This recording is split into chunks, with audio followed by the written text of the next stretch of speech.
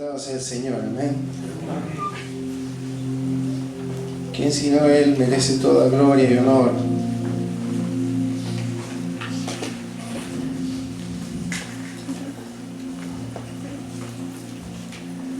Hay ocasiones en las que no, a lo mejor por alguna situación física o alguna situación emocional,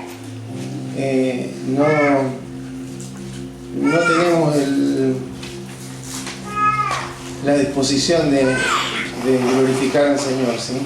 Por cosas que nos suceden, por cosas que nos pasan.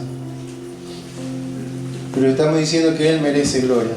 No se trata de nosotros, se trata de Él, ¿sí? Y cada vez que nos enfocamos en Él, toda inquietud, toda dificultad queda en un segundo plano, ¿sí? No es que deje de ser importante, pero siempre resaltamos que sobre todo el más importante es el Señor. Cuando ese es el orden de prioridad de nuestra vida, no nos postramos ante situaciones, nos postramos ante el Todopoderoso. ¿Amén? Y donde hay gente que se postra, que adora al Todopoderoso, allí es ese el ambiente donde su presencia puede operar y obrar esas cosas que solamente Él puede hacer. Amén. Que solamente Él puede obrar. Así que en ese ambiente vamos a meditar en la palabra del Señor, y le voy a invitar a que abra su Biblia en el Evangelio según San Lucas, capítulo 17. Vamos a leer desde el versículo 20 en adelante. Lucas 17, versículo 20 en adelante vamos a leer, y lo vamos a hacer en el nombre de Jesús. Amén. Lucas 17, Nuevo Testamento, versículo 20, dice así la palabra del Señor. Preguntado por los fariseos cuándo había de venir el reino de Dios, les respondió y dijo: el reino de Dios no vendrá con advertencia, ni dirán helo aquí o helo allí, porque he aquí el reino de Dios está entre vosotros.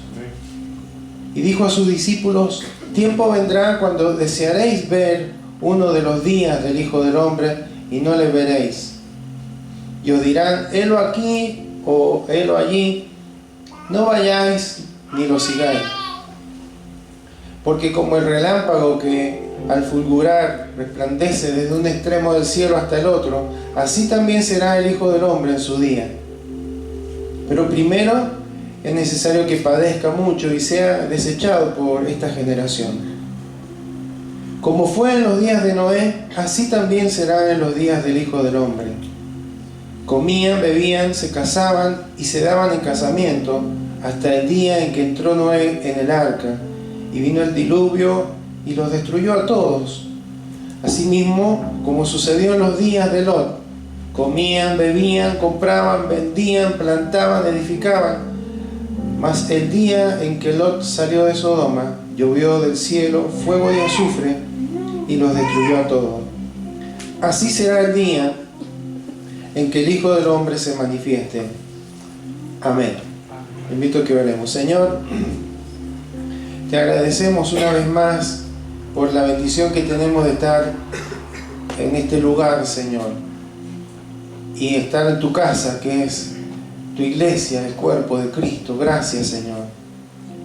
Privilegio que tú nos has dado por tu gracia y por tu misericordia, porque a nivel personal, a nivel cuestiones de logros o de requerimientos personales, ninguno teníamos la posibilidad de ser parte, Señor, de tu familia y de este glorioso cuerpo que es la iglesia. Solo por tus méritos, solo por tu obrar en nuestros corazones, solo por tu gracia es que somos tus hijos. Por tu obrar, por haberte entregado por nosotros en la cruz, y al haber creído y recibido ese mensaje poderoso del Evangelio, hoy somos parte de esa familia, de la familia de la fe. Y cuando nos reunimos, Señor, gracias porque tú siempre has prometido estar en medio nuestro. Y cuando estás tú, Señor, en medio de una familia, suceden cosas poderosas, hay bendición. Lo vemos, Señor, en la antigüedad, cuando la familia de Obed-Edom tuvo el arca por unos días. Dice la palabra que ellos fueron bendecidos grandemente.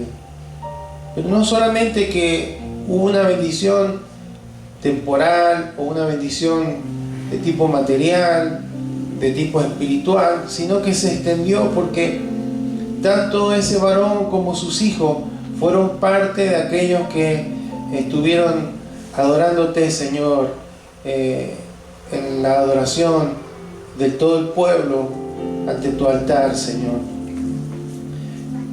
Eso es lo que anhelamos, Señor, en este tiempo.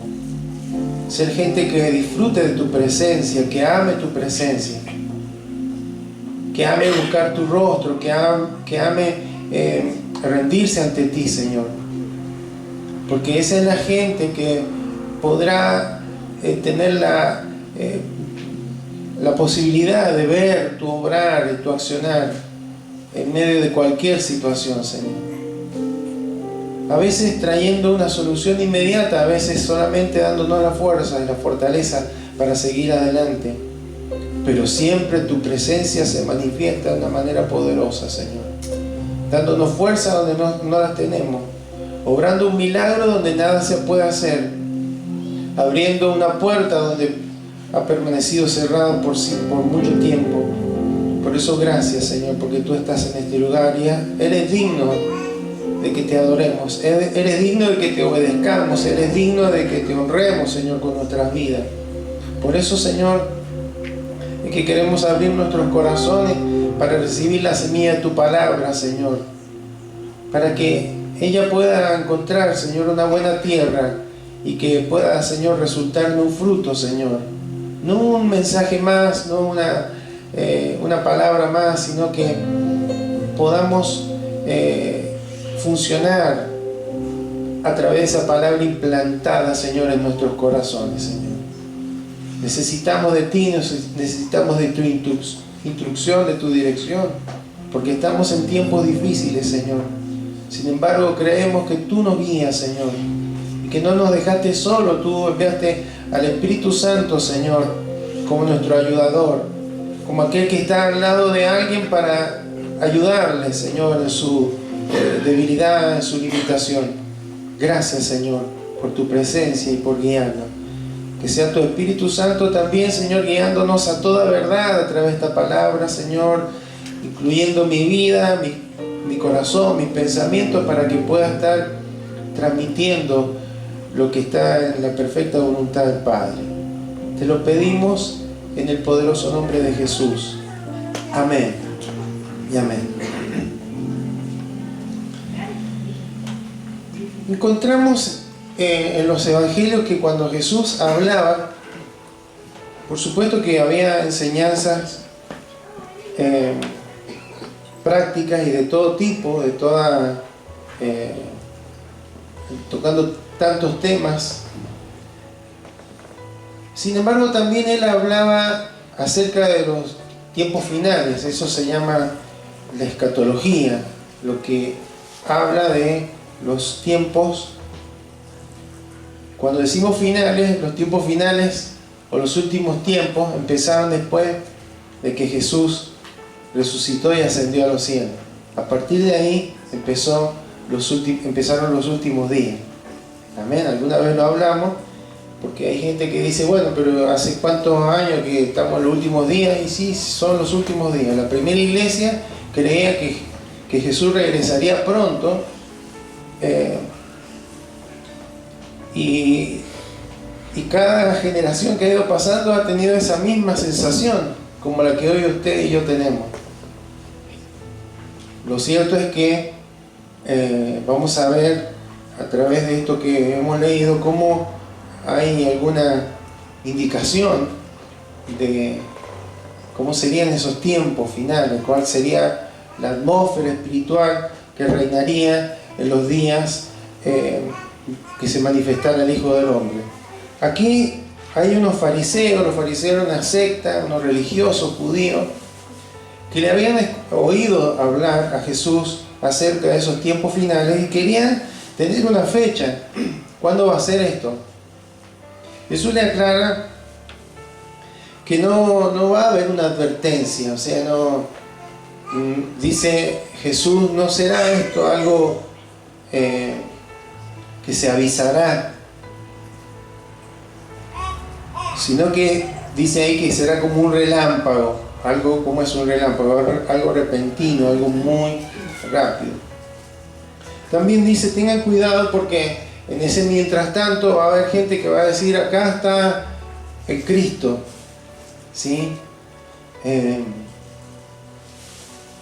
Va a haber la manifestación, según la palabra de Dios, de un personaje denominado el Anticristo, que llegado el momento va a tratar de ocupar el lugar de Cristo. Se está refiriendo a eso. Está diciendo ahí, va a llegar el momento que anhelarán estos tiempos de que el Hijo del Hombre estaba caminando, hacía milagros, enseñaba, pero ya no estará, van a tener que esperarlo cuando venga en su segunda venida. Cuando habla ahí de los días del Hijo del Hombre, se refiere a la promesa de su segunda venida. Entonces les dice, cuidado con las falsas señales, cuidado con los falsos profetas, cuidado con aquellos engañadores que seguramente se van a levantar. Pero empieza en el versículo, por supuesto, el versículo 25 dice, primero tiene que ir y morir en la cruz. Ese es el sufrimiento del que habla Jesús.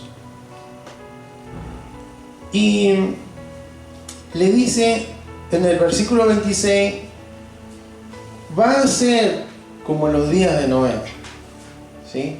Y va a ser después como sucedió en los días de Lot. O sea, lo que nos está indicando la Escritura, lo que el Señor Jesús está diciendo, yo voy a volver, pero cuando vuelva, el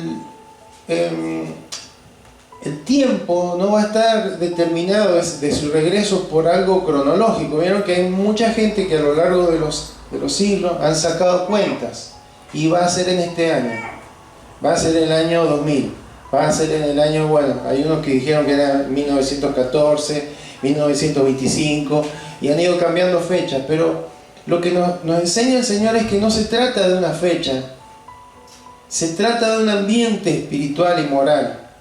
Eso va a ser lo que va a marcar el tiempo de la venida de Jesucristo.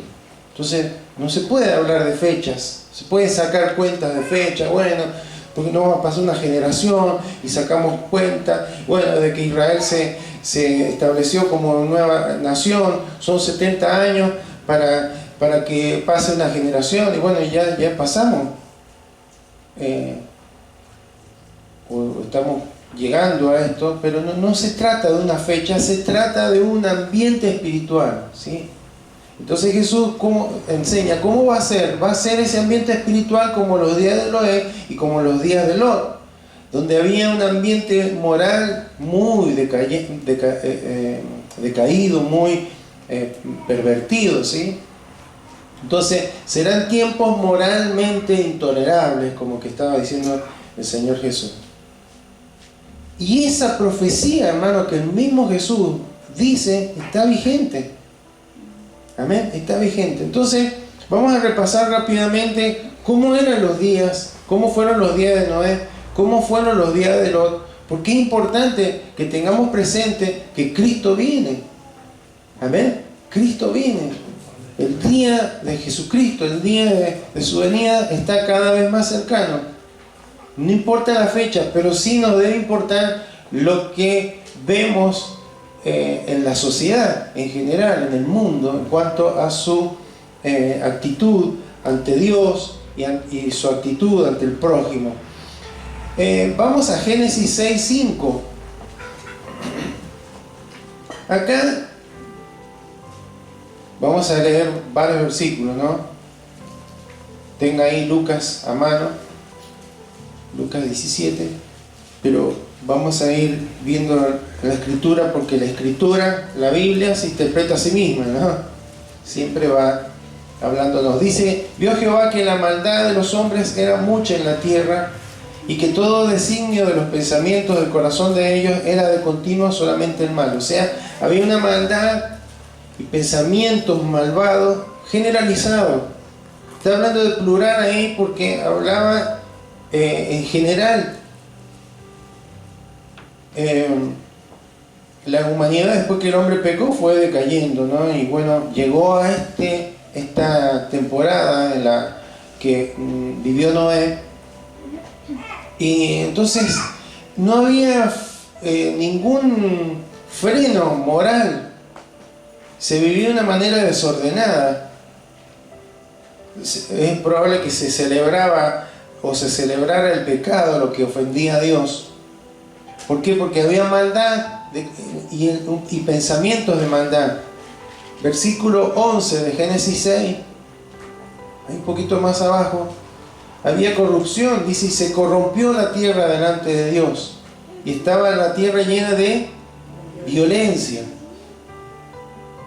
Vamos viendo, hay maldad, hay pensamientos de maldad, o sea, no solamente acciones, sino intenciones de hacer mal. Había corrupción, o sea, todo aquello que Dios creó que era limpio, era puro, se fue corrompiendo por el pecado. Y había violencia. Esa violencia se hace referencia a la injusticia, ¿sí? Violencia, por supuesto, entre el ser humano, pero también la injusticia, una forma de traducir la palabra violencia aquí en el hebreo original. Génesis 6:6, leo para que usted, después le voy a hacer un comentario y después vamos a leer el versículo 13. Dice: y se arrepintió Jehová de haber hecho hombre en la tierra, y le dolió su corazón. Eso es Génesis 6:6. Vamos a Génesis 6:13. Dijo pues Dios a Noé: he decidido el fin de todo ser, porque la tierra está llena de violencia. Otra vez, violencia generalizada, injusticia generalizada. A causa de ellos, y aquí que yo los destruiré con la tierra. Entonces, el primer versículo que habla, que dice que Dios se arrepintió, y después aclara, le dolió en su corazón, significa eso. Es una, en teología, los teólogos le llaman antropomorfismo, es decir, es expresar algo que le pasaba a Dios en términos humanos para que lo entendamos. No está diciendo que Dios no es hombre para arrepentirse, ni hijo de hombre no es hombre para mentir, ni hijo de hombre para arrepentirse, dice la palabra. Entonces podríamos decir, bueno, pero acá dice que se arrepiente. El arrepentimiento es el dolor que sintió en el corazón Dios al ver tanta maldad. ¿Está bien? No es que Dios todo lo que hace es perfecto, no es que se arrepiente de lo que hace, sino que habla del dolor. ¿Y por qué? Porque dice que la tierra estaba llena de violencia. Y como les decía, la palabra hebrea, violencia, es amás, ¿sí? Con unos acentos en las dos A, que es injusticia, derramamiento de sangre, abuso, opresión. Eso es lo que había. Por eso ese era el ambiente reinante: maldad, pensamientos malos, corrupción, violencia generalizada. Y recién leíamos en Lucas 17:27, comían, bebían, se casaban y se daban en casamiento hasta el día que entró Noé en el arca y vino el diluvio. ¿Está mal comer, beber, casarse, darse el casamiento? ¿Qué será? Bueno, en la cultura hebrea y del Medio Oriente, tal vez, cuando se hablaba de casamiento se hablaba del varón. El varón era el que se unía en matrimonio, por así decirlo, que daba el paso. Pero cuando se daban el casamiento es cuando una familia, ahí darse el casamiento se habla de la mujer. Había familias que daban a sus hijas para que se casaran con ciertos varones, ¿no? Por las circunstancias que fueran. Lo cual tampoco estaba mal, era un hábito, ¿sí? A veces impuesto, lo cual eso sí estaba mal, pero podríamos decir algo normal. Comían, bebían, se casaban, se van al casamiento, hasta que el día que entró. Lo que estaba recalcando el Señor Jesús es: vivían como si nada fuera a pasar, vivían como si no pudiera venir sobre ellos un juicio por la maldad en la que ellos estaban.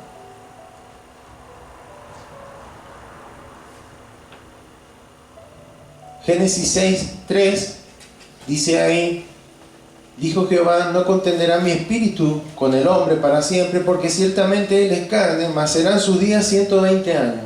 Es decir, Dios le dio 120 años a toda esa gente para que se arrepintiera, para que cambiara su actitud, para que escucharan a Noé, pregonero de justicia. Dice, ya vamos a leer, ¿no?, en el Nuevo Testamento. Él hablaba: tenemos que vivir una vida justa, una vida que le agrada a Dios. Estamos haciendo las cosas mal, estamos viviendo desordenadamente. Viene un juicio sobre la tierra y va a haber muerte, porque Dios le había dicho esto. Dios le había encargado, mientras tanto, en esos años, a Noé que edificara un barco en el lugar donde ni siquiera había llovido nunca y donde no había para hacerlo flotar. Un barco en el medio del desierto, una locura. Pero durante esos 120 años Dios le estuvo preparando y dándole la oportunidad a esa gente, pero ellos vivieron indiferente ante el inminente juicio de Dios. Primera de Pedro 3:20. Vamos a Primera de Pedro 3:20.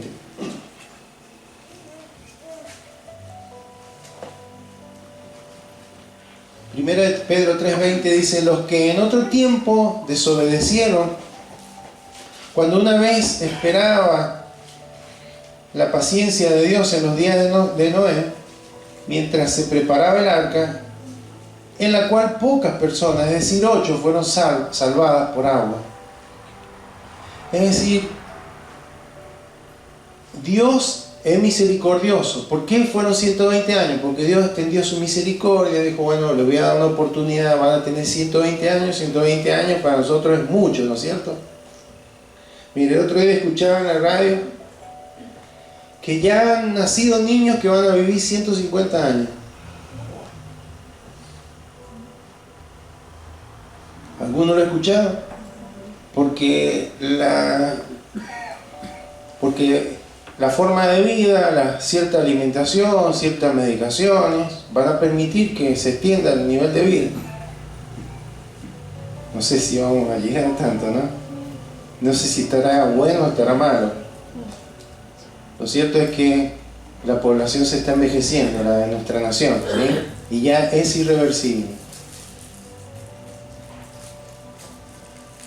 En los días de Noé, Dios tuvo paciencia, porque Dios es misericordioso, pero tiene un límite. El límite es el nivel de inmoralidad hasta que Él puede soportar.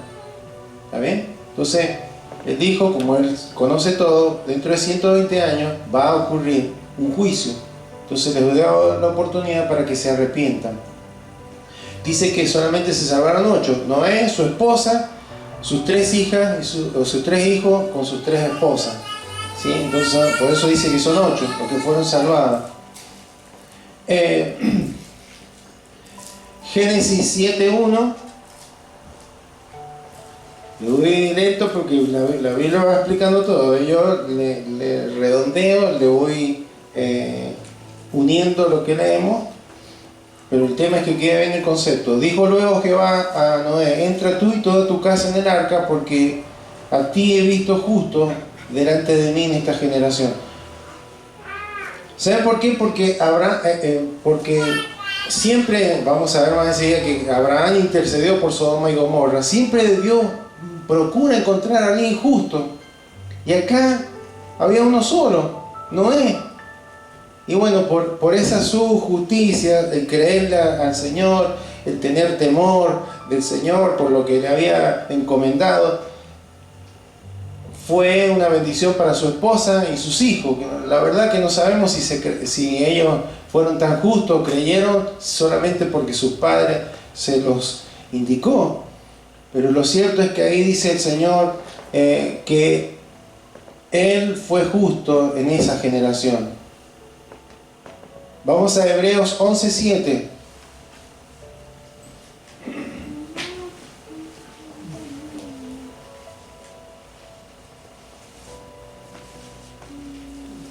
¿Por qué actuó así de esta manera Noé? Y ahí lo aclara. Por la fe, Noé, cuando fue advertido por Dios acerca de cosas que aún no se veían. No es fácil, hermano, que venga Dios y le diga a uno, mira, tenés que hacer un barco cuando no existían los barcos. Tenés que... va a venir un diluvio cuando no llovía en ese lugar. Pero él por la fe, dice ahí que cuando fue advertido por cosas que aún no se veían, él lo hizo por la fe. Con temor preparó el arca en que su casa se salvase, y por esa fe condenó al mundo y fue hecho heredero de la justicia que viene por la fe. Entonces él le creyó a Dios. Esta era la característica de la sociedad antes del diluvio. Había maldad, pensamientos de maldad, indiferencia, vivían como si nada fuera a cambiar, nada fuera a pasar, a pesar de que había alguien que les estaba predicando, les estaba anunciando un juicio que vendría. También había una violencia generalizada, ¿sí? Había injusticia, había opresión, había derramamiento de sangre, había abuso, etcétera, etcétera. Claro, cuando lo comparamos con nuestra época, hermano, ¿qué le parece? ¿Cómo estamos? Estamos más o menos... Estamos complicados, ¿no es cierto? ¿Qué pasó en la época de Lot? Después del diluvio, bueno, se inició. Interesante usted, al que anota en Génesis 9, 5 y 6, Dios, después de que empieza de nuevo Noé y su familia, reinician la vida en la tierra, Dios les encarga y les resalta el valor de la vida, el valor del ser humano. Y Él les dice, van a tener que darme cuenta cuando derramen sangre inocente. Y eso que, bueno, que nosotros entendemos que está bien, pero hoy, hermanos, se está derramando sangre inocente por todos lados, ¿sí? No solamente por la guerra, sino por el aborto, ¿sí? Que es un menosprecio por la vida del ser humano. Entonces, estamos en tiempo que tal vez vemos cosas peores que en la época de Noé, ¿sí? O la época post-diluvio. Ahora vamos a un tiempo más adelante, a la época que vivió Lot, el sobrino de Abraham. Sabemos que Lot, cuando se separó de su tío Abraham, eligió para vivir la tierra de la llanura del Jordán. Según la Biblia, había algunas ciudades ahí, unas 5, las más importantes, entre las cuales estaban Sodoma y Gomorra. Ahí fue a vivir su sobrino Lot, porque claro, era un valle fértil y había ciudades muy avanzadas para la época, sociedades muy organizadas, y él lo vio entre quedarse en el desierto y irse para allá. No lo vio desde el punto de vista espiritual, lo vimos hace poco, ¿no? Entonces, Génesis 13:13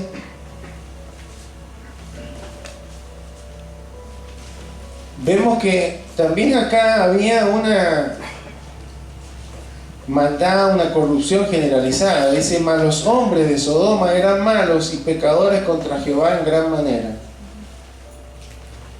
¿Está bien? Entonces, cuando Dios determinó destruir a Sodoma y Gomorra, ahora no lo hizo con diluvio, porque Dios hizo un pacto con Noé y le dijo, no voy a destruir más a la tierra al ser humano cuando hablamos de destruir, ¿cómo puede ser que un Dios de amor? Bueno, porque Dios, aparte de que es amor, es justo y es santo. Amén. Entonces, en el equilibrio de todo eso, Él da oportunidad, Él da tiempo, pero si las personas no se arrepienten, no se vuelven a Él, viene el juicio, porque Dios es santo. Amén. No es una ira como la nuestra, de enojo, de arrebato, es en su santidad, una ira santa y un juicio justo. Amén. No es que Dios sea malo, que dice que es amor y después permite o hace todas estas cosas. No, es que Él justamente es santo. Dice la Biblia que Abraham, como sabía que su sobrino estaba ahí y Dios le había avisado que iba a pasar esto con Sodoma y Gomorra, intercedió y le dijo, pero si hubieran 50 justos ahí, y Dios le dice, está bien, si por 50 justos yo no destruyo, no mando juicio. Y después fue bajando, y si hubieran 45, tampoco, y si hubieran 40, tampoco, y si hubieran 35, tampoco, y si hubieran 30, tampoco, y llegó hasta 10. No había ni 10 justos en ese lugar, porque había uno solo justo. Vamos a 2 de Pedro 2, 7 y 8.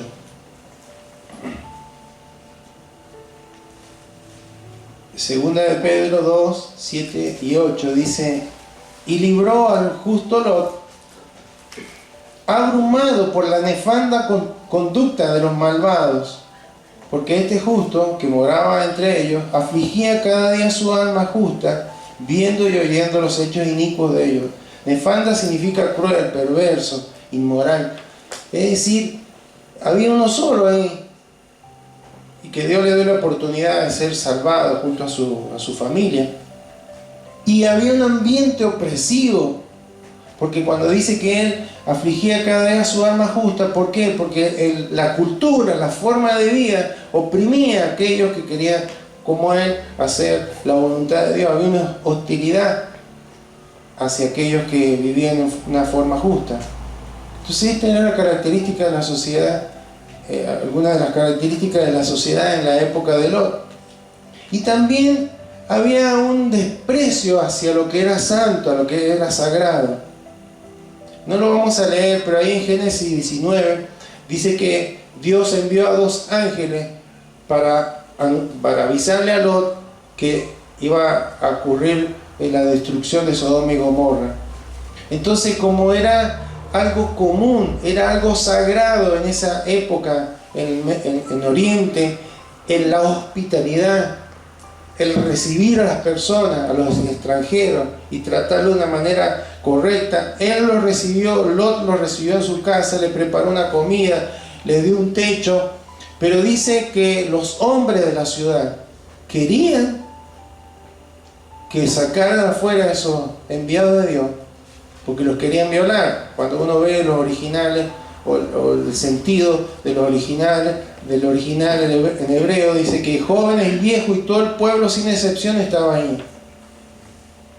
Algo que era de Dios, rompiendo por un lado la hospitalidad, que era algo sagrado, pero también queriendo sobrepasarse con los santos de Dios, como eran los enviados, sus ángeles.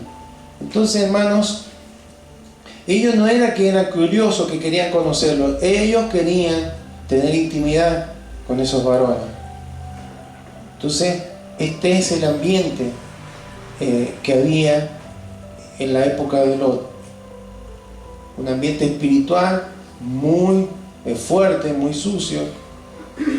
Y como leímos también en Lucas 17, recién, comían ellos también, bebían, compraban, vendían, plantaban, edificaban. Más el día en que Lot salió de Sodoma, llovió del cielo fuego y azufre y los destruyó a todos.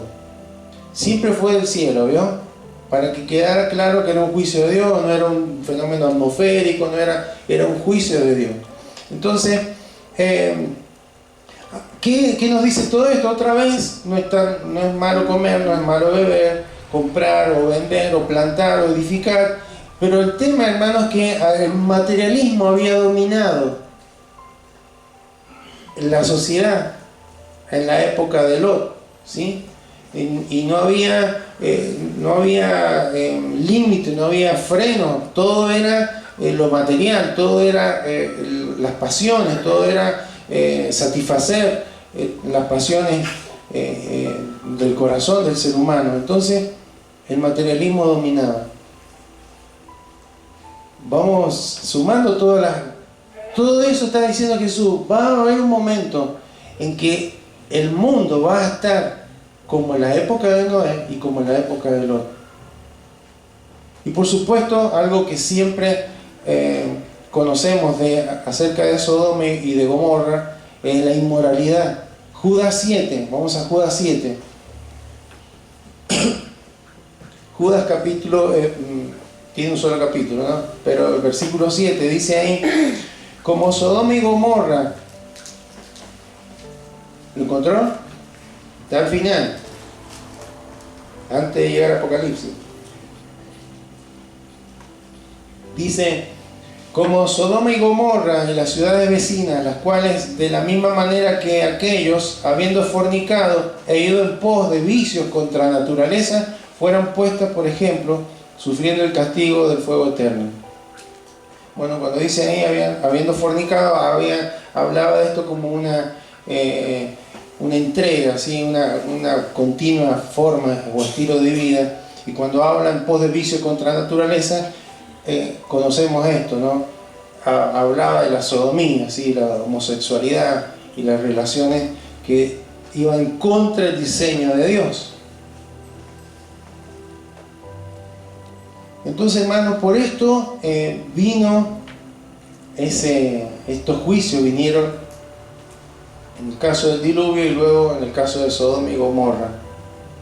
Entonces, hermanos, esto nos debe llamar a la reflexión, porque ¿para qué el Señor deja esta palabra? ¿Por qué debemos recordar siempre que Él viene? ¿Por qué cuando celebramos la cena del Señor también hay una parte que la Escritura dice la muerte del Señor anunciamos hasta que Él venga? Porque es obvio, hermanos, y es su promesa que Él va a volver. Pero antes de volver va a manifestarse estas condiciones en la humanidad fuertemente, ¿sí? Que por ahí podremos decir, bueno, pero ¿por qué si en cada generación ha habido en la edad antigua, en la edad media, en la edad moderna, etcétera, ha habido situaciones horrorosas, formas de vida terribles, inmoralidad y demás? ¿Por qué no ha usado esa misma forma? Porque Dios ha extendido su paciencia, su misericordia, ¿sí? Y va a llegar a un límite, como leíamos recién, de la paciencia del Señor, que eso va a ser lo que va a determinar, que tiene determinado el tiempo en el que regresará. Para nosotros será un día, y a veces pensamos, ¿y cuántos años faltarán? ¿O cuántos días faltarán? ¿O cuántos meses faltarán? Nadie lo sabe. Pero el tema, hermano, que no importa la fecha, el tema es cómo será el ambiente espiritual reinante, y este es el que estamos viendo ahora. ¿Está bien? Vamos a 2 Timoteo 3, del 1 al 5, y ya vamos a ir concluyendo. 2 Timoteo, capítulo 3, versículo 1 al 5. Dice, también debes saber esto, que en los postreros días, ¿cuáles son los postreros días? Los días que empiezan a partir de que Jesús ascendió a los cielos. A partir de que Jesús dejó la tierra, ahí empiezan los postreros días, posteriores a la primera venida de Cristo. Vendrán tiempos peligrosos, porque habrá hombres amadores de sí mismos, avaros, vanagloriosos, soberbios, blasfemos, desobedientes a los padres, ingratos, impíos, sin afecto natural, implacables, calumniadores, intemperantes, crueles, aborrecedores de lo bueno, traidores, impetuosos, infatuados, amadores de los deleites más que de Dios, que tendrán apariencia de piedad, pero negarán la eficacia de ella. A estos evita. Bueno, aquí el apóstol Pablo está hablando de lo mismo, ahora con otros detalles, pero es eso lo que va a ocurrir previo a la venida de Jesucristo y previo a la manifestación de ese hijo de perdición, el anticristo. Amén. Entonces, hermano, la Biblia dice que esto nos ha dejado Dios como ejemplo para que usted y yo tengamos presente, porque vamos a ver qué tiene que ver eso con nosotros. Bueno, si yo ya he creído en Jesucristo, cuando Él venga por mi vida, yo me quiero ir con Él, estoy seguro que me voy con Él. Bueno, ¿qué debemos hacer en el mientras tanto? Eso es lo que vamos a terminar viendo, pero vamos a 2 Pedro 2, 5 y 6, donde dice, 2 Pedro 2, 5 y 6, dice: y si no perdonó al mundo antiguo, sino que guardó a Noé, pregonero de justicia, con otras 7 personas, trayendo el diluvio sobre el mundo de los impíos, y si condenó por destrucción a las ciudades de Sodoma y de Gomorra, reduciéndolas a ceniza, y poniéndolas de ejemplo a los que habían de vivir impíamente. Entonces, ¿por qué el Señor habló de estos juicios? Para ponerlos de ejemplo, para que todos sepan, y que obviamente con nosotros como hijos de Dios, como iglesia, tenemos que hablar de esto, porque va a venir ese tiempo en el que el Hijo del Hombre, como decía Jesús, refiriéndose a su segunda venida, va a aparecer, va a volver, va a regresar. Entonces, esto nos debe llamar a la reflexión y decir, bueno, ¿cómo debo vivir? ¿Qué tengo que hacer? El mismo Jesús responde a esto. Vamos a Lucas 21, del 34 al 36, ahí vamos a terminar. Lucas 21, 34, 35 y 36. Aquí viene el consejo de Jesús. Mirad también por vosotros mismos, que vuestros corazones no se carguen de glotonería y embriaguez y los afanes de esta vida, y venga de repente sobre vosotros aquel día. ¿Cuál es el interés de Jesús? Que estemos apercibidos, que vivamos como si mañana va a venir Él, no como las generaciones de Noé y de Lot, que parecía que vivían como si no fuera a pasar nada. Entonces, porque como un lazo vendrá sobre todos los que habitan sobre la faz de la tierra. Velad pues en todo tiempo orando, que seáis tenidos por dignos de escapar de todas estas cosas que vendrán y de estar en pie delante del Hijo del Hombre. Amén. Entonces, el interés del Señor, hermano, es que estemos listos, preparados para cuando Él venga, porque Él va a venir. Todo el Antiguo Testamento, hermanos, hay mucha más información sobre el nacimiento y la vida de Jesús que de otras personas, que de Sócrates, que de Napoleón Bonaparte y muchas otras figuras mundialmente conocidas. De Jesús se dijo cómo iba a ser su nacimiento, dónde iba a nacer. Cada detalle se cumplió, también acerca de su muerte y de su resurrección. Y si dice que va a volver, va a regresar. Amén. Va a venir a buscar a su iglesia primeramente. Entonces, el primer consejo que nos da es velar. ¿Qué es velar? Estar sin sueño, permanecer despierto. O sea, en lo espiritual, estar alerta, vigilante, espiritualmente, hermanos, atento espiritualmente. Que no nos adormezcamos, que no nos durmamos espiritualmente. Permanecer en comunión con Dios, buscar la voluntad de Dios. Estoy haciendo lo que Dios quiere que haga, estoy moviéndome como el Señor quiere que lo haga, le estoy agradando a Él.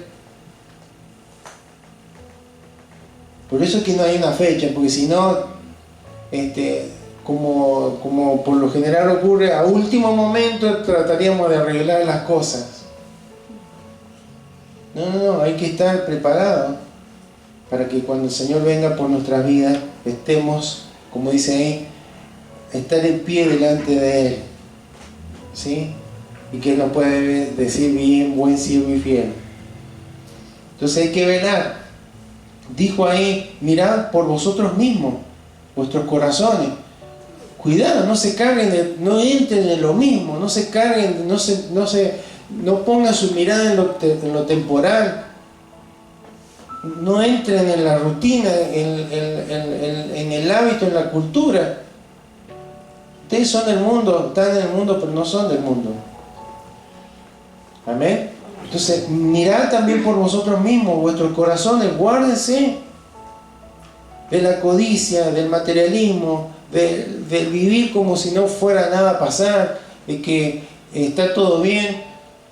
Necesitaremos discernimiento espiritual, necesitaremos una vida de oración. Dice ahí: velad pues en todo tiempo orando, la comunicación correcta con nuestro Señor.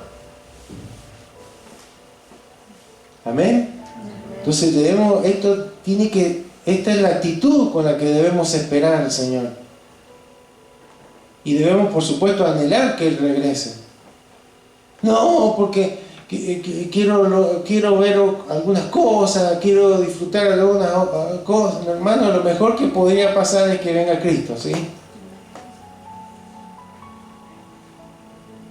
Pero en el mientras tanto tenemos que velar, no tenemos que dormirnos, tenemos que estar atentos espiritualmente, no tenemos que adormecernos en el sistema en el que estamos.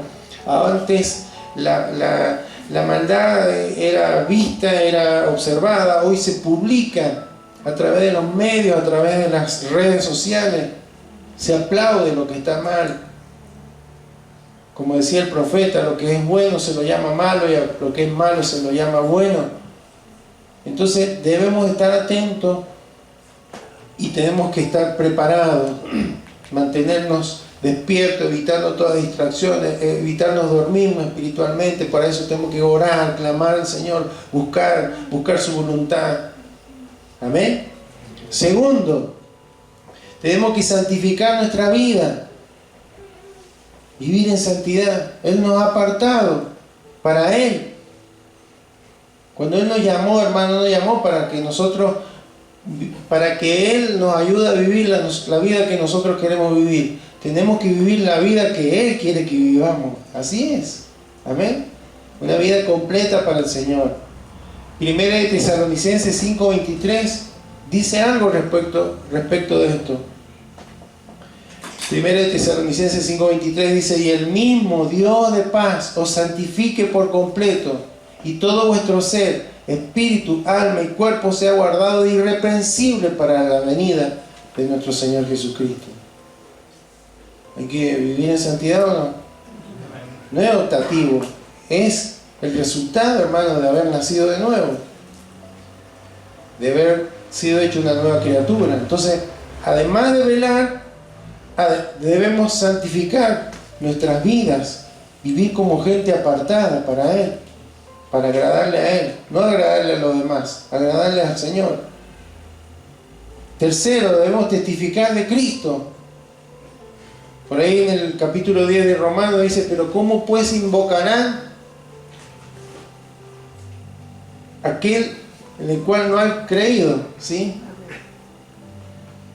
¿Y cómo van a creer en aquel del cual no han oído? ¿Y cómo van a oír si no hay alguien que les predique? Amén. ¿Quiénes serán esos? ¿Quién tiene que predicar el Evangelio, hermano? Anunciar el Evangelio de Jesucristo.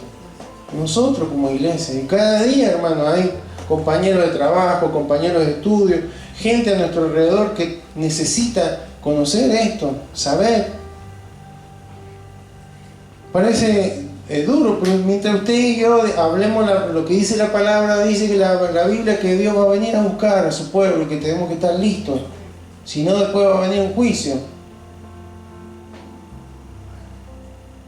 Lo dice la Biblia. Dios ha ofrecido todo lo que necesitamos para que podamos escapar de ese juicio final. Pero bueno, debemos volvernos a Cristo. Entonces hay que testificar, hay que velar, hay que santificar nuestra vida, hay que testificar de Cristo, y lo último, servir con perseverancia. Amén. Cuando,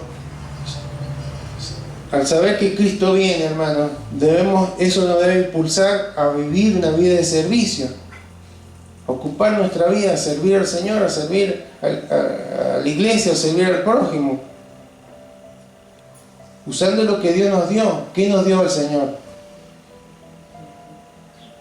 Nos dio talento, nos dio dones, y vamos a tener que rendirle cuenta a Él. ¿Qué hicimos con lo que Dios nos dio?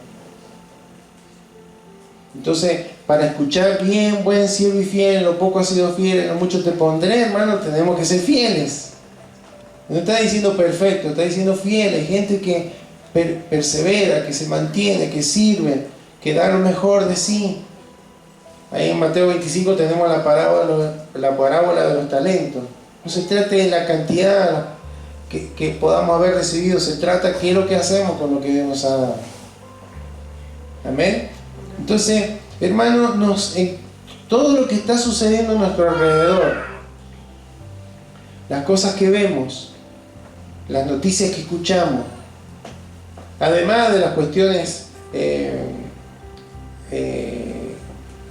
en otras profecías el Señor ha hablado de terremotos, de guerra, de rumores de guerra, etcétera, etcétera, que eso es algo que cada vez se da con mayor frecuencia, ¿sí? Porque uno puede decir, bueno, pero toda la historia está llena de estos testimonios de guerra, de que han muerto miles de personas, pero dicen los estudiosos que en los últimos 100 años han muerto más personas que en los que murieron los 500 años anteriores. Entre la Primera y la Segunda Guerra Mundial, hermano, es terrible. Y las cosas que ocurren son cada vez más frecuentes. Los terremotos son cada vez más frecuentes. El otro día leía que hay un volcán en Rusia que hace 400 años que estaba inactivo y se ha activado. Ahí en Mendoza también hay uno que está ahí, que dice que si erupciona va a llenar de ceniza toda la ciudad de Mendoza. Entonces, son cosas, hermano, que nos deben, además de informarnos, y la sociedad como está, cómo hay una presión, ese mismo dolor que sentía Lot por la presión de ser señalado porque hacía las cosas que como a Dios le agradaban. Es cada vez más fuerte y será cada vez más fuerte. Eso nos debe llevar a pensar, Señor, los tiempos están cercanos, porque la inmoralidad, la maldad, la injusticia, la violencia está llegando a niveles que, según lo dijo el mismo Jesús, será como los días de Noé y en los días de Lot. Y mientras tanto, usted y yo, como hijos de Dios, tenemos que velar, no dormirnos, estar despiertos espiritualmente, discernir los tiempos, estar en oración, en comunión con Dios, en obediencia a Él, a cuenta con Él, no desaprovechar el tiempo. Tenemos que mantenernos en integridad espiritual. Mi cuerpo debe ser guardado irreprensible para la venida del Señor, leíamos recién. Debemos testificar de Él, ¿sí? Y debemos ser claros. Cristo no vino a morir simplemente para ser parte de la historia, para que hubieran ciertos festejos anuales. Cristo vino a morir porque la paga del pecado es muerte, y el único que lo ha pagado es Cristo, y hay que creer en Él y recibirlo en el corazón para ser considerados justos por Dios. Si no, vamos a estar, dice la Biblia, es necesario que el hombre muera y después que viene juicio, habrá un juicio. Esas cosas, hermano, que a veces, no, pero eso son cuestiones de la religión, es palabra de Dios, y cuando Dios habla es porque Dios lo cumple. Amén. Entonces, debemos testificar de Cristo, debemos servir con perseverancia, no desaprovechar el tiempo, porque Cristo viene pronto. Amén. Cristo viene pronto. Crecí toda mi niñez esperando y sacando cuenta. Yo mi ignorancia, como niño, decía, bueno, va a ser este año, y a mí me parece que va a ser en este año. Y no fue ese año, y después me parecía, hasta que fui madurando y dije, no, nadie sabe el día ni la hora, solo Dios lo sabe. Pero nos ha dejado acá escrito el Señor, va a ocurrir algo. No se trata de la cronología, se trata del ambiente espiritual, del ambiente moral. Y creo, hermanos, por eso es que tanto se escucha hoy, hay un ambiente moral, un ambiente espiritual, un ambiente de maldad tan fuerte, tan instalado, que nos habla de que Cristo viene pronto. Amén. Entonces, velemos, mantengámonos en integridad, testifiquemos de Cristo y sirvamos con todo nuestro corazón. Amén. No nos tiene que provocar temor, nos tiene que provocar gozo. Y como decía el apóstol Juan ahí en Apocalipsis, el Espíritu y la Iglesia dicen, sí, ven Señor Jesús, ven. Amén. ¿Cuántos quieren que Cristo venga? Amén. Amén. ¿Cuántos van a estar de pie delante de Él cuando Él venga? ¿Sí? Gloria a Dios. No es una cuestión de una predisposición, o sea, yo quisiera, no es una cuestión de deseo, es una cuestión de estar a cuenta con Él. Amén. Invito a que se coloque de pie, vamos a orar.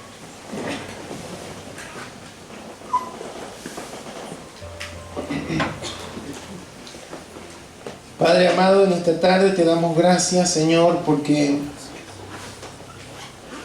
tu palabra es clara. Hoy simplemente hemos leído unos versículos donde tú hablas de tu regreso, de tu venida, Señor, una vez más. Ya no será como en aquella ocasión, como un frágil bebé en un establo y en una pequeña aldea. Dice la Escritura que cuando tú vengas va a ser con gran poder y con gran gloria. Señor, y entendemos que los tiempos están cercanos, Señor. Tal vez no haya otra generación que haya podido ver tantas evidencias, Señor, de tu pronto regreso como la nuestra. Todos los avances, Señor, en la tecnología, en la medicina, en la ciencia, que han dado mayor bienestar, mayor confort, mayor también expectativa de vida, también conlleva todo esto a una vida desordenada que va creciendo, Señor, donde el ser humano cada vez te da más la espalda, Señor, donde cada vez se rechaza y se señala y se lo hace con burla muchas veces de todo aquello que es espiritual, que es santo, que es sagrado, Señor, y que a ti te agrada.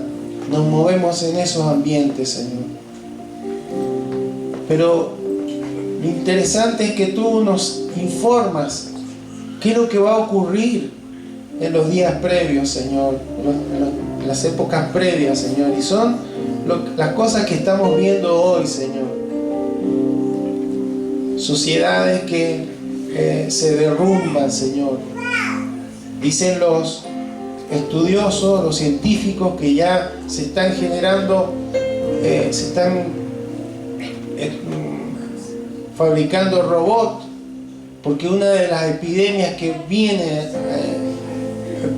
para el mundo es la soledad. Señor, y todo esto nos debe llevar, no a atemorizarnos, pero sí a reflexionar y decir, Señor, yo no quiero entrar en esa corriente de pensar que todo se refiere a nuestra vida en este lugar, en esta tierra, a que todo es lo terrenal, a que todo es lo material, Señor, porque finalmente nada de lo que logremos aquí nos vamos a llevar, Señor. Solamente lo que se refiere a nuestra vida espiritual, solamente lo que hemos sembrado en tu reino, solamente lo que hemos llevado a honrarte a ti, Señor, en nuestra vida, Señor, va a ser lo que va a permanecer. Y va a ser por lo cual tú nos vas a recompensar, Señor, aunque no lo merezcamos. Por eso, Señor, en esta hora te ruego que nos ayudes como iglesia, Señor, a vivir de una manera correcta.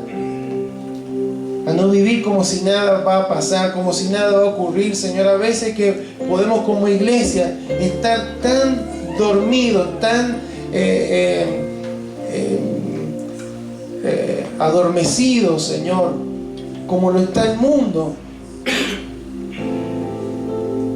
Líbranos de esto, Señor. Tú nos dices, miren cada uno por su propio corazón, que no entren en lo mismo, que no entren en esto, en esta vida, haciendo cosas buenas, pero enfocados en lo terrenal. No, enfóquense en lo celestial, en lo que se refiere a la vida eterna que ustedes han recibido por los méritos de Cristo.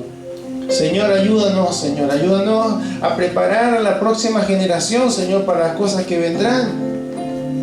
Porque todo esto no es que va a mermar, va a acrecentarse, va a hacer cada vez más fuertes las presiones, Señor, para vivir en injusticia, en una vida que te desagrada, Señor. Van a ser cada vez más fuertes, Señor, sobre los chicos, sobre los jóvenes, Señor. Entonces, tú nos llamas a estar velando, a estar clamando en oración, a estar en contacto con el Todopoderoso, aquel que nos puede sostener, aquel que nos guía, aquel que nos da discernimiento, nos ayuda no con la razón, sino con lo espiritual, a discernir lo que está bien, lo que está mal, Señor, de acuerdo a tu voluntad.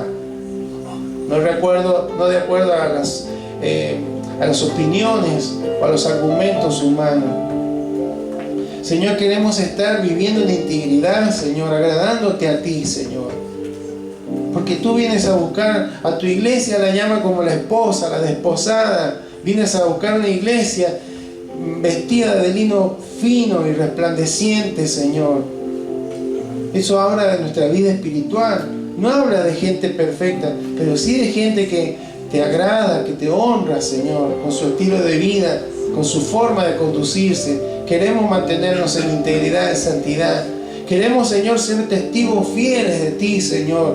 Hombres y mujeres que ante la posibilidad de testificar de ti la podamos aprovechar, Señor, sabiendo que hay gente que necesita conocer, necesita saber de que hay alguien que murió en la cruz por sus pecados, Señor. También, Señor, necesitamos mantenernos sirviendo, Señor, porque hemos sido la esencia, el ADN de los hijos tuyos, tus discípulos, Señor, es el servir, el estar dispuesto, Señor, a llevar adelante cada tarea que tú nos has encomendado en este tiempo, Señor. Por eso te rogamos que nos ayudes, Señor, como iglesia, aquí en esta ciudad, a cada una de las congregaciones que hay, Señor, porque seguramente tú estarás hablando en algún momento u otro de lo mismo, Señor, porque eres tú hablando a tu iglesia. No se duerman, no se distraigan, no entren en la corriente, no empiecen a valorar lo que valora el mundo.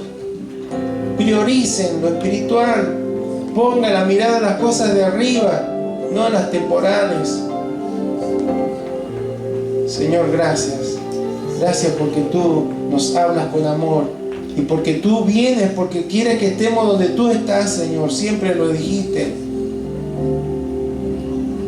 Señor, queremos llegar a ese tiempo, ese día, Señor, de la mejor manera. Y si hay alguno de tus hijos, Señor, cuyas vestiduras tienen mancha, que hay arrugas, Señor, que se han envejecido, Señor, que han perdido la vitalidad, aquella primer amor para adorarte, para honrarte, Señor, que pueda haber una restauración de sus corazones, que pueda haber, Señor, un volverse a ti, Señor, un buscarte, Señor, en oración, en humildad, reconociendo que necesitamos absolutamente de ti, Señor. Si hay alguien, Señor, que no te ha conocido, si hay alguien que todavía no ha tenido un encuentro personal contigo, que no ha recibido una nueva naturaleza, que no ha nacido de nuevo, este sea un día, Señor, en el que el poder de tu Espíritu Santo pueda obrar, Señor, en ese corazón, ese cambio, esa transformación, para que tenga una vida nueva, para que sea trasladado de las tinieblas a tu luz admirable, Señor amado. Gracias, Padre, porque tú estás aquí. Y en medio de todo lo que vivimos, Señor, también padecemos circunstancias, momentos de aflicción, de dolor, de preocupación. En el nombre de Jesús vamos a ti, Señor, y clamamos. Señor, te rogamos que en cada familia, que en cada hogar donde está produciéndose, Señor, algún momento de dificultad, enfermedad, crisis, necesidad, en el nombre de Jesús, tu poder sea obrando, Señor, tu poder sea manifestándose, Señor, en provisión, en sanidad, en armonía, en paz en los corazones. Todo conflicto, Señor, pueda encontrarse solución en ti. Todo distanciamiento, toda falta, Señor, de comunicación, Padre, tú puedas estar obrando. Todo corazón herido, todo corazón roto encontrará sanidad solamente en ti, Señor amado. Oramos, Señor, oramos por los corazones quebrados. Oramos, Señor, por las vidas, Señor, que están angustiadas, Señor, por situaciones que viven. En el nombre de Jesús sean fortalecidos. Tu promesa es que tú siempre estarás a nuestro lado, aún en medio de la adversidad y en medio del dolor. Oramos, Señor, por las situaciones de salud. Clamamos a ti rogando, Señor, que tu poder sea manifiesto en sanidad. Tú eres el mismo de ayer y hoy por siempre. Tú tienes poder para sanar. Así como tocaste, Señor, al leproso, al ciego, aún aquel que estaba en el lecho de enfermedad, Señor, hoy también lo sigues haciendo porque eres poderoso, Señor. Eres poderoso.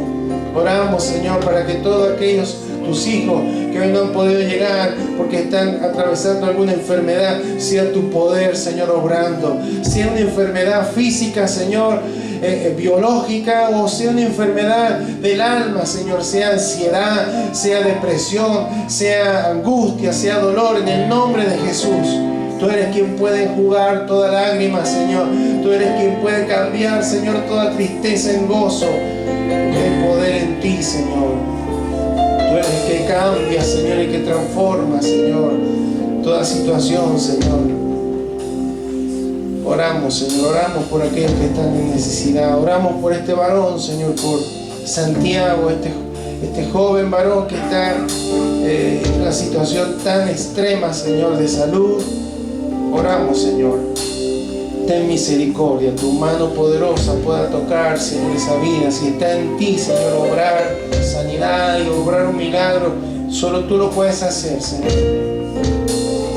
Oramos por fortaleza, Señor, para su esposa, para sus hijos, Señor, para su familia, para sus padres, en el nombre de Jesús. Vemos tantas cosas, Señor, tantas cosas fuertes, Señor, a nuestro alrededor. Ten misericordia, Señor, ten misericordia. Oramos para que tú, Señor, puedas manifestarte, Señor, en tu gracia, en tu bondad, Señor, sobre esas vidas, en el nombre de Jesús, en el nombre de Jesús, en el nombre de Jesús. Señor, gracias porque tú escuchas siempre nuestras oraciones. Creemos, Señor, en tu poder, Señor, obrando en favor de la vida de aquellos que te buscan, Señor, y que creen en que tú puedes obrar, Señor. Gracias, Señor, porque tú vienes pronto. Gracias, Señor, porque tú vienes pronto. Aquí estamos, Señor, esperando tu regreso, Señor, y mientras tanto hacer lo que tú nos has llamado a hacer, Señor. Gracias, Señor.